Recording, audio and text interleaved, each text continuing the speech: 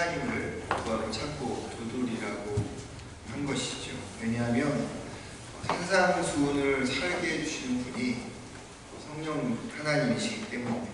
우리의 의지나 또 감정이나 또 지성으로는 산상수훈을 살아가는 것은 참 어려운 일입니다. 그러나 성령 하나님께서 우리에게 힘과 지혜를 주시면 감당할 수 있는 삶이 되는 거죠.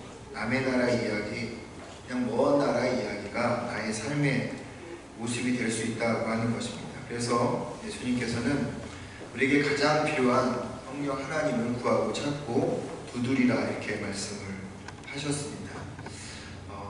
그 말씀 마지막 부분에 붙어있는 12절 말씀을 오늘 같이 생각해 보려고 합니다.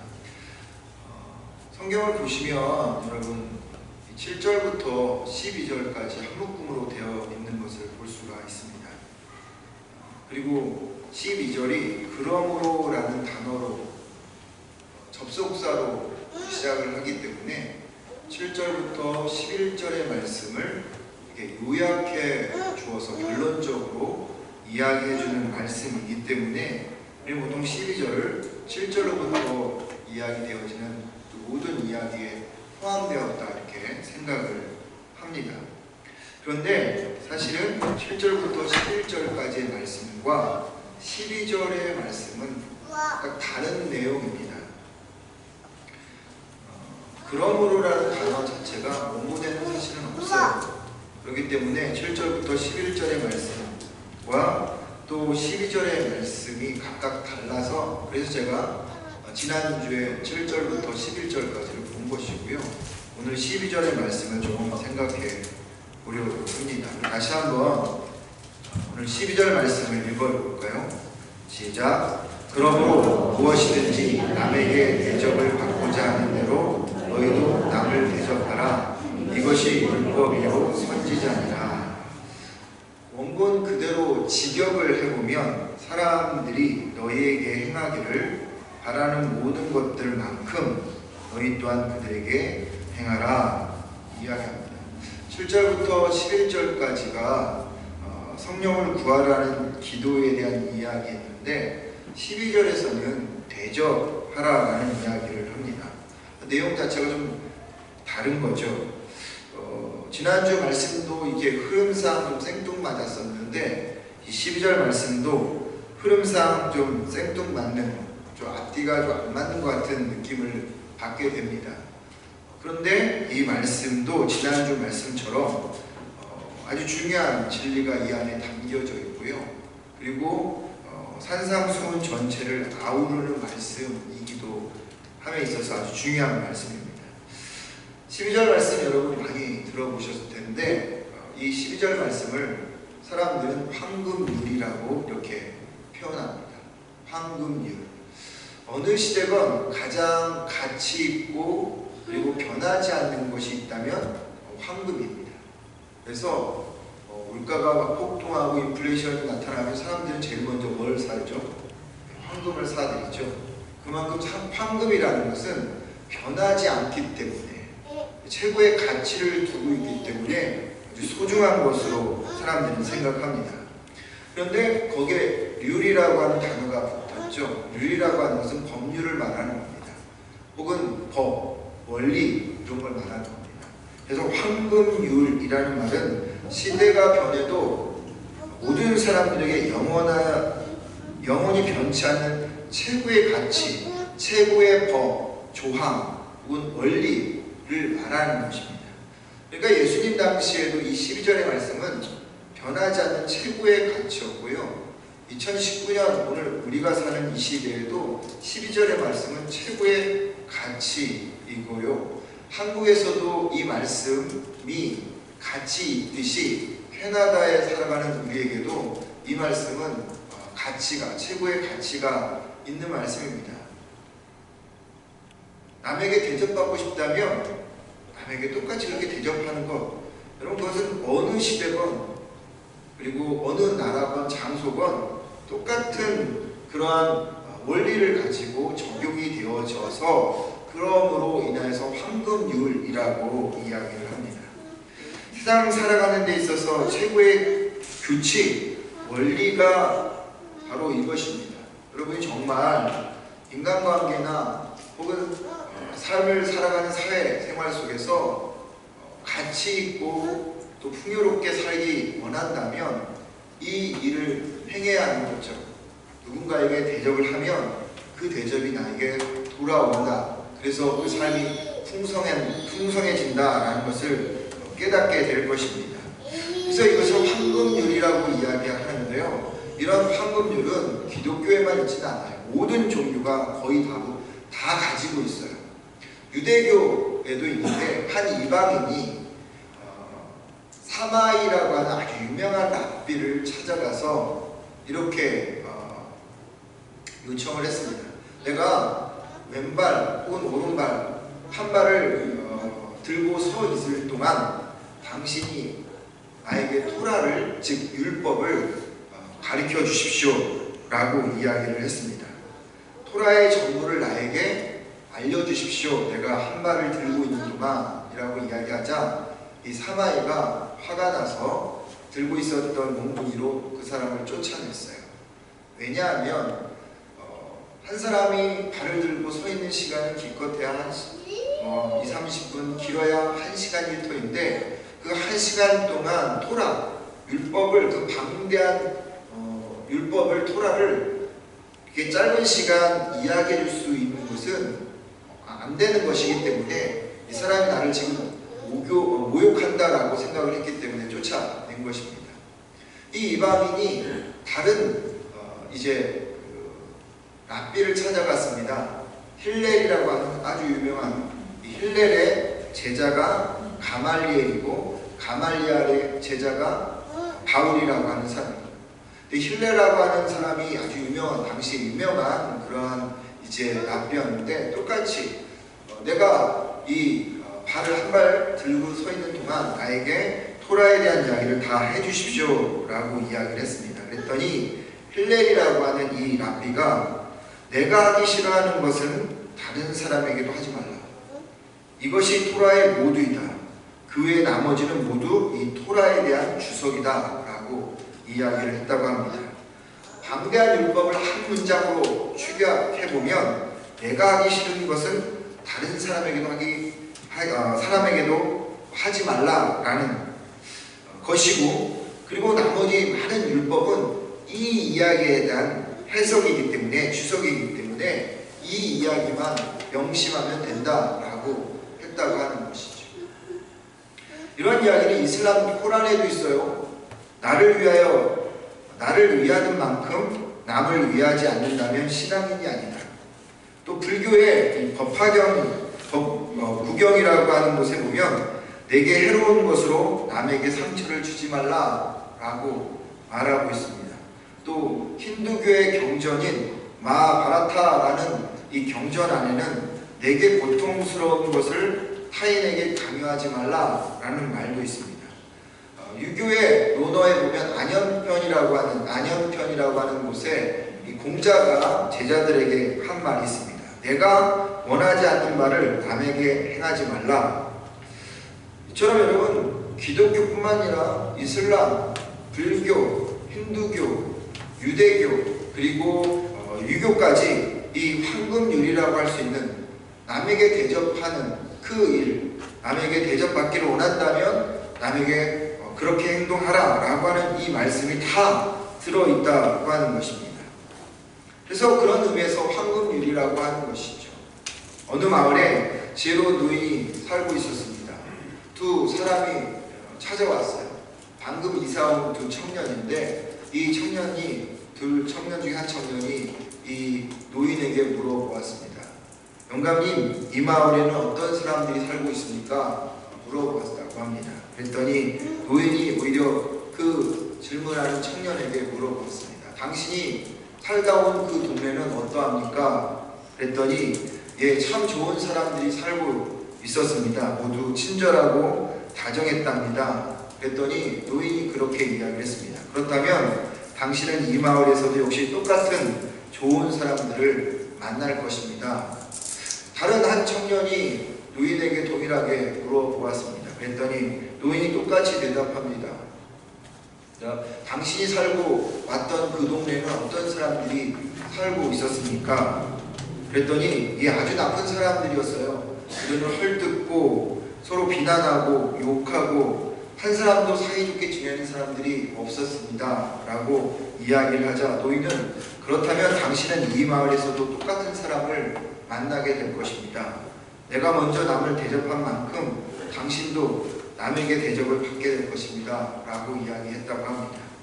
여러분 그렇습니다. 우리가 남에게 대접받고자 한다면 내가 먼저 누군가를 대접하는 것, 그것이 인간관계를 만들어가는 그리고 삶을 풍요롭게 하기 위한 방법이라고 하는 것이죠. 나도 싫어하는 일인데 내가 원하지 않는 일인데 그것을 누군가한테 요구한다면 상대방이 그것을 좋아할까요? 상대방이 그것을 모를까요? 다 알죠. 그런데 내가 싫어하는 일을 상대방한테 시킨다는 거죠. 내가 원하지 않는 일을 상대방에게 요구한다는 겁니다. 그래서 인간관계가 무너지고 더 나아가서는 신앙도 깨진다라고 하는 것입니다. 누가 되었든 상대방으로부터 인격적인 대접을 받기를 원한다면 내가 먼저 그 사람에게 인격적인 대접을 해야 하는 거죠. 그런데 나도 싫어하는 일을 인격적으로 원치 않은 일을 상대방에게 시킨다면 누가 그 일을 하겠습니까?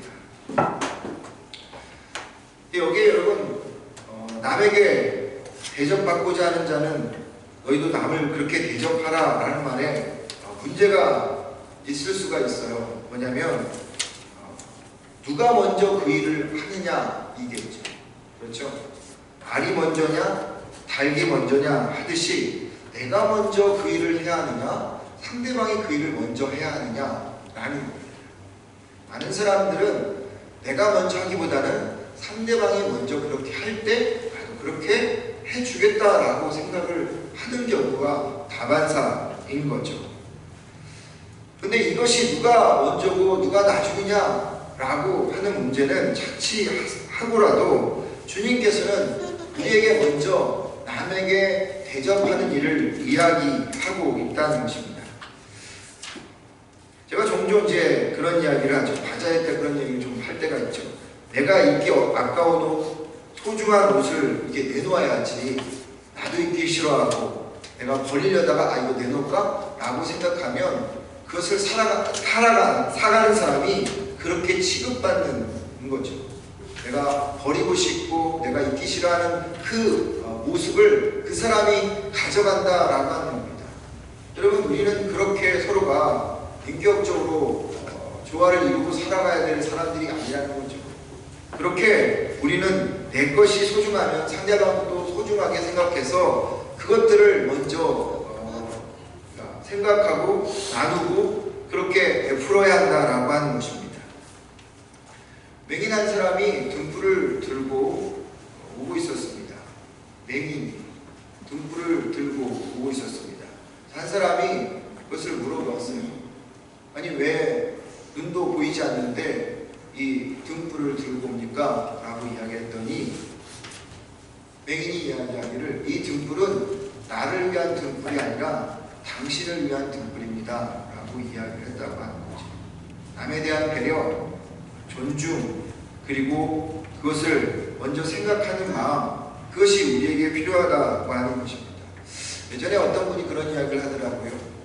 일본 사람들은 아이들을 가리킬 때 절대 남에게 폐를 끼치지 않도록 가르친다고 합니다.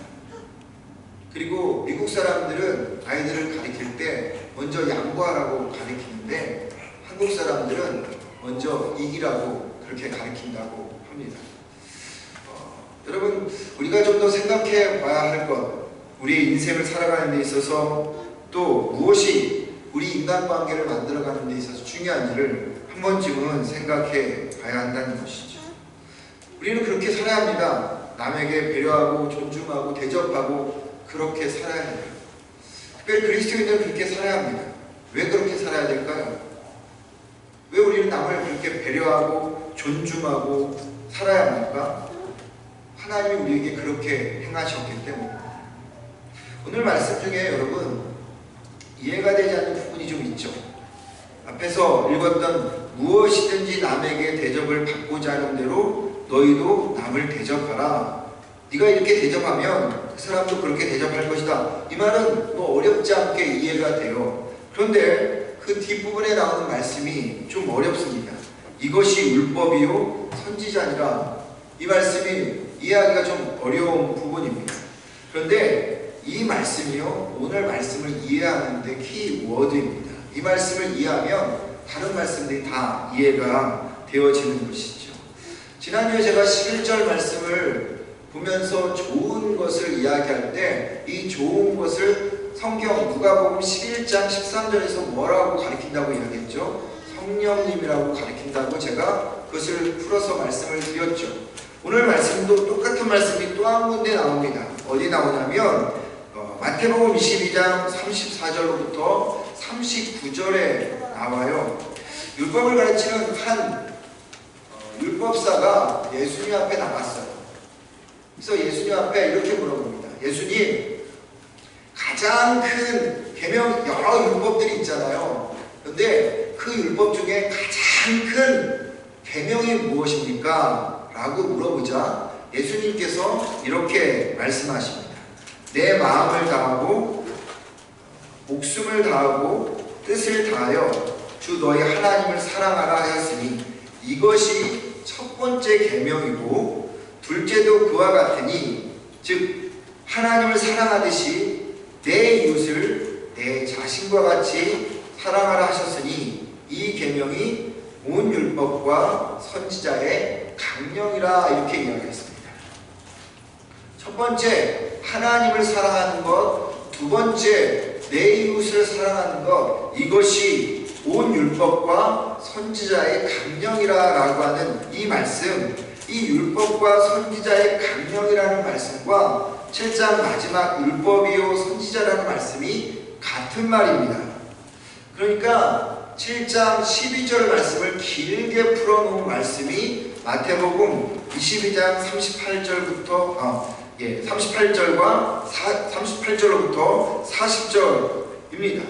그러니까 좀 구체적으로 설명을 해보면 7절 말씀, 7장 12절 말씀, 남에게 대접받고자 한다면 남을 대접하라. 이 말씀은요, 마태복음 22장에서는 내 마음을 다하고 목숨을 다하고 뜻을 다하여 주 너희 하나님을 사랑하라 하셨으니 이것이 크고 첫째 되는 계명이요 둘째도 그와 같으니 내 이웃을 내 자신과 같이 사랑하라 라는 말이고요. 그 다음에 뒷말씀 이것이 율법이요 선지자라 라는 말은 이 두 계명이 온 율법과 선지자의 강령이라 라는 말입니다.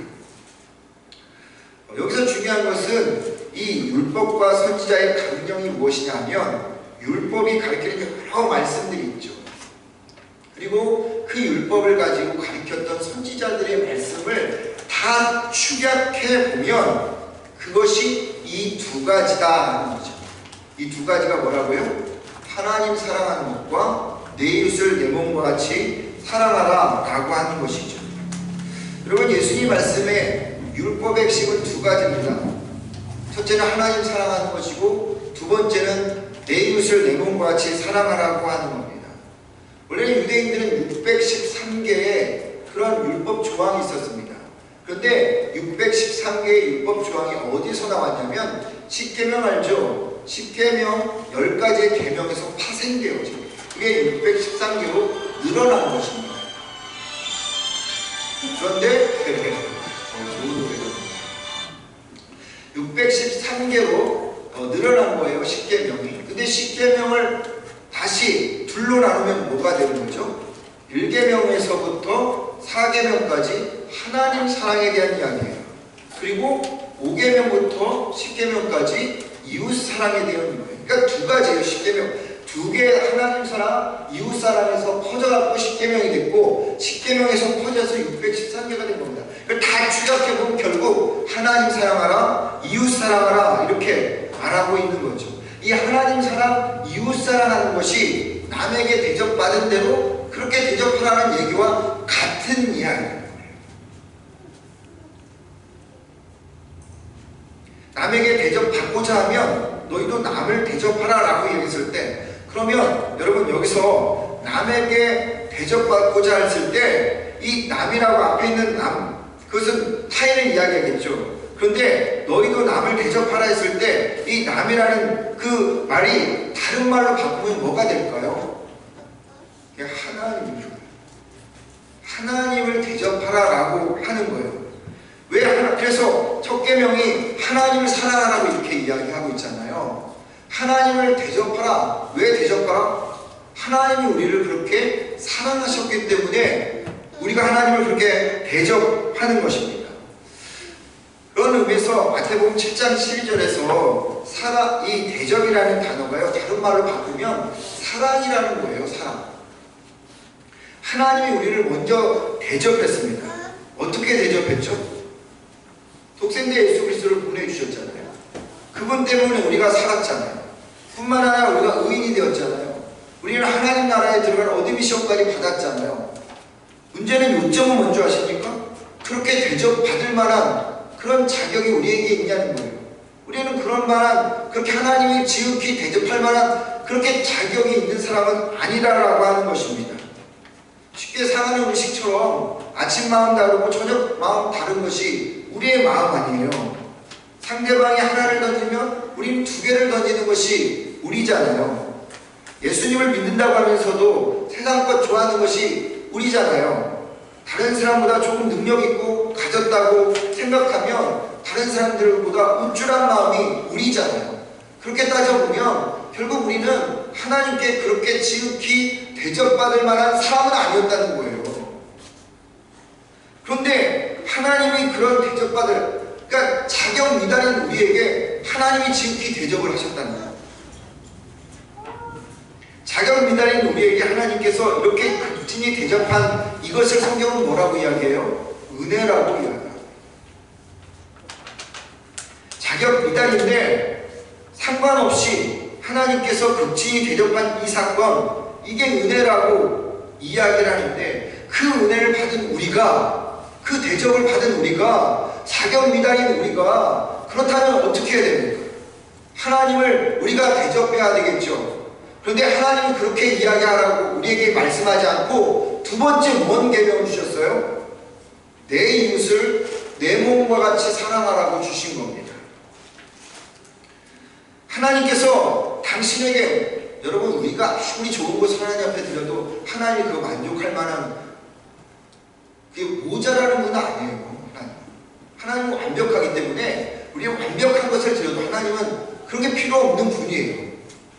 하나님은 우리에게 뭘 원하냐면, 내가 너희에게 그렇게 지극히 대접했지, 그러면 너희들도 그 지극히 대접받은 것을 가지고 사람들에게 대접하라 라고 말하고 있는 것입니다. 그래서 5계명부터 10계명까지 하나님께서 주신 거예요. 근데 내 이웃을 내 몸과 같이 사랑하라고 이야기하지 않습니까? 여러분 뭐 얼마나 끔찍히 생각합니까? 그렇죠? 조금만 아파도 열이 나도 금세 약 먹고 뭔가 치료를 하죠.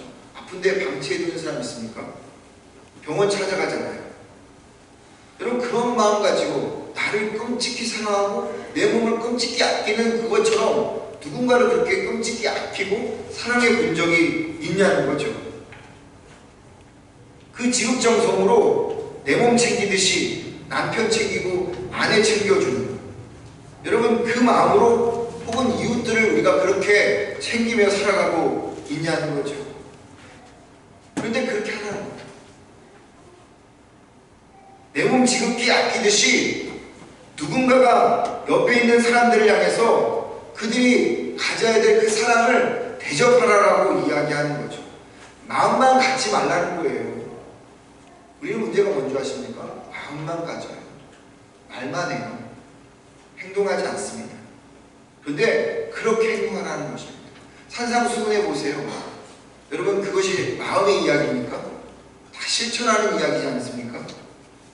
그것이 율법이 말하고 선지자가 말하는 그 축약적인 이야기라고 하는 겁니다. 그래서 이 유진 피터슨이 메시지 성경에 이렇게 이야기해요. 여기 간단하지만 유용한 행동 지침이 있다. 사람들이 너에게 무엇을 해주면 좋겠는지 자문해 보아라. 그리고 너희가 먼저 그들에게 그것을 해주어라. 하나님의 율법과 예언자들의 설교를 다 합한 결론이 바로 이것이다. 바로 이것이 뭐예요? 하나님 사랑하고 그리고 그 사랑받았으면 이웃에게 그 사랑을 나누어줘라. 이것이 바로 합한 결론이라고 하는 것입니다. 그렇다면 12절 말씀을 이렇게 제가 한번 해석해 볼 수 있다 생각합니다. 하나님이 너를 극진히 대접하는 것처럼 너도 사람을 극진히 대접하라. 그러면 그들이 너희를 극진히 대접할 것이다. 여러분, 이것이 복음이에요. 이것이 복음입니다. 복음이라는 것은 무엇인지 아십니까? 그렇게 극진히 대접받을 수 없는, 그렇게 은혜받을 수 없는 우리를 하나님은 지극정성으로 당신의 몸 아끼듯이 우리를 사랑하셔서 우리를 그렇게 대접했다라고 하는 것을 깨닫는 것입니다. 그게 복음이에요. 그러면 여러분, 이 복음을 깨달으면 우리가 어떻게 될까요? 마음에 감사함이 생기겠죠. 하나님이 나 같은 사람을 영원히 죽지 않은 영생을로 불러주시고 의인이 되게 해주시고 자녀 삼아주셨다면 여러분, 감격할 수밖에 없는 거죠. 그럼 어떻게 해야 합니까? 이 감격적인 복음을 깨달았다면 어떻게 살아야 합니까? 똑같이 살아야 합니다. 이웃을 극진히 대접해야 되는 거죠. 그게 산상수훈의 모습이라는 것입니다. 도저히 은혜 받을 수 없는 사람인데 은혜 받았다면 그 은혜를 갚으며 살아야 되는 것이죠. 그래서 여러분, 이 말씀은요, 산상수훈과 맞물려서 나가는 것입니다. 어떻게 이웃에게 분노하지 않고 간음하지 않고 거짓말하지 않고 원수를 사랑하고 구제하고 기도하고 두 얼굴로 행동하지 않고 물질을 자신을 위해서만 아니라 하나님과 이웃을 위해서 쓸 수 있고 염려하지 않고 상대방을 향해서 비난하지 않을 수 있어요. 복음을 깨달으면 돼요. 도저히 받을 수 없는 그 은혜, 도저히 그 대접을 받을 수 없는 우리인데 그렇게 대접받았던 우리라는 사실을 깨닫게 되면 우리도 그렇게 살 수 있다라고 하는 것입니다. 그때 하나님께서 우리에게 힘을 주신다는 거죠. 성령 하나님을 통해서 지혜를 주신다는 거죠. 그래서 그리스도인들은 상대를 극진히 대접하도록 살기 위해서 부름받은 사람들이에요. 성도는 내 몸을 지극정성처럼 아끼듯이 상대방을 지극정성으로 아끼며 살도록 부름받은 사람이라는 것입니다. 나만을 위해서 사는 것이 아닙니다. 심리학 시간이었는데요, 교수가 한 30-40명 모인 학생들에게 풍선을 나눠주고 풍선을 불게 한 다음에 자기 이름을 써서 거기다 집어넣으라고 했습니다. 그리고 땅에 이렇게 두라고 했어요. 30-40개가 많이 있었겠죠. 교수가 학생들한테 5분을 줄 테니까 자기 것을 찾으라고 이야기를 했습니다. 한 30-40개 되다 보니까 거기서 자기 것을 찾으려고 하다 보니까 사람들이 하나도 찾지 못했어요. 5분 동안. 그러자 교수가 이렇게 다시 한번 말했습니다. 내가 5분 동안 시간을 줄 텐데 그 5분 동안 너희들이 듣는 그 풍선의 이름의 사람들에게 갖다 주어라 라고 이야기했습니다. 5분 안에 다 찾았을까요? 못 찾았을까요? 다 찾았습니다. 내 것은 어디에 있는지 모르겠는데 내가 찾아보니까 지수 거예요. 지수 갖다 줬어요. 보니까 이민숙 집사님 거예요. 갖다 줬어요. 원희자매 거예요. 갖다 줬어요. 근데 누군가 갖다 줘요. 저한테.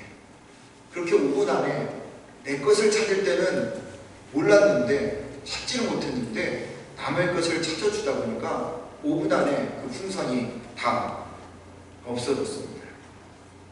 교수가 이렇게 말했습니다. 인생이라는 것이 이런 것이다. 사람들은 필사적으로 행복을 찾아다니지만 행복이 어디 있는지 장님처럼 헤매고 있다. 그럼 행복은 어디에 있을까? 행복은 다른 사람의 행복과 함께 있다. 다른 사람의 풍선을 주듯이 그들에게 행복을 찾아서 나누어 주면 그러면 반대로 여러분의 행복이 오게 될 것이다 라고 이야기했다고 합니다. 해밍웨이가 이런 이야기를 했습니다. 행복을 가꾸는 것은 손 닿는 곳에 꽃을 따다 꽃다발을 만드는 것이다. 이 말은요, 행복이라는 것은 거창한 곳에 있지 않고 아주 가까운 곳에 있다라고 하는 것입니다. 문제는 뭐냐면 우리가 그것을 보지 못한다라고 하는 것입니다. 왠 줄 아십니까? 상대방에 대해서 존중하지 않고, 상대방에서 대접하지 않고, 상대방을 내 몸 아끼듯이 지극정성으로 대접하지 않기 때문에 하나님을 통해서 나에게 그 주신 사랑을 받았음에도 불구하고 내가 그 대접을 흘려보내지 않기 때문에 사랑이 나에게 돌아오지 않는다는 것입니다. 남에게 대접받고자 하는 대로 너희도 남을 대접하라. 이게 무슨 얘기입니까? 너희가 행복하기를 원한다면, 너희 인생 속에 참 의미를 찾고자 한다면, 너희가 지극히 남에게 대접받고자 한다면 너희가 가지고 있는 것을 흘려보낼 때이다 라고 하는 말씀입니다. 하나님이 나를 극진히 대접했다는 그 복음을 깨닫는다면요, 여러분 우리도 누군가에게 그 복음의 삶을 흘려보낼 수가 있습니다. 이것이 산상수훈이 주는 목적인 거죠. 아니냐, 닭이 먼저냐 따지지 말고요, 내가 먼저 누군가에게 극진히 대접하면 그 대접이 나에게 돌아온다는 것입니다. 작은 사람에게도 여러분 그렇게 행할 때 그것이 예수님께 행한다라고 하는 마태복음 25장의 말씀을 기억하십시오. 마지막 때 예수님께서 이야기합니다. 어떤 사람이 예수님 앞에 착하고 충성된 종이라고 칭찬받습니다. 근데 저는 한 것이 없는데요 그랬더니 예수님께서 말씀하십니다. 네가 지극히 작은 소자에게 물 한 컵 준 것, 그것은 나에게 한 것이다 라고 이야기를 하셨습니다. 그래서 너는 오른쪽에 있으라, 천국에 들어가라 라고 이야기를 했다는 것이죠. 그런 의미에서 여러분, 우리는 하나님께 대접받은 자로서 그 대접을 나누어줄 책임이 있는 사람입니다. 저는 여러분들에게 이와 한 주간 동안 좀 도전하고 싶습니다. 우리가 복음을 깨달았다면 정말로 받을 만한 자격이 없는데 자격이 미달인데도 하나님 우리를 그렇게 사랑하셨다면 그 사랑을 베풀어주고 흘려보내야 된다면 누군가에게, 그 지극히 작은 한 사람에게 행하셨으면 좋겠습니다. 말 말고요, 마음 말고요, 행동으로. 커피 한 잔을 사서 찾아가서 그와 함께 말씀을 나누는 것도 하나의 그러한 모습이 될 수도 있고요, 또 그와 같이 기도하는 것도 그런 모습이 될 수도 있을 것입니다. 우리 주변에는 의외로 힘들고 어려운 사람들이 많아요. 그 사람들을 향해서 하나님께서 우리에게 말씀하시는 말씀입니다. 누군가 대접받고자 한다면 그에게 대접하는 것, 이것이 우리가 해야 할 일입니다. 나의 대접을 기다리는 이 한 주간 그에게 다가가는 여러분과 제가 되기를 주의 이름으로 축원드립니다. 기도하겠습니다.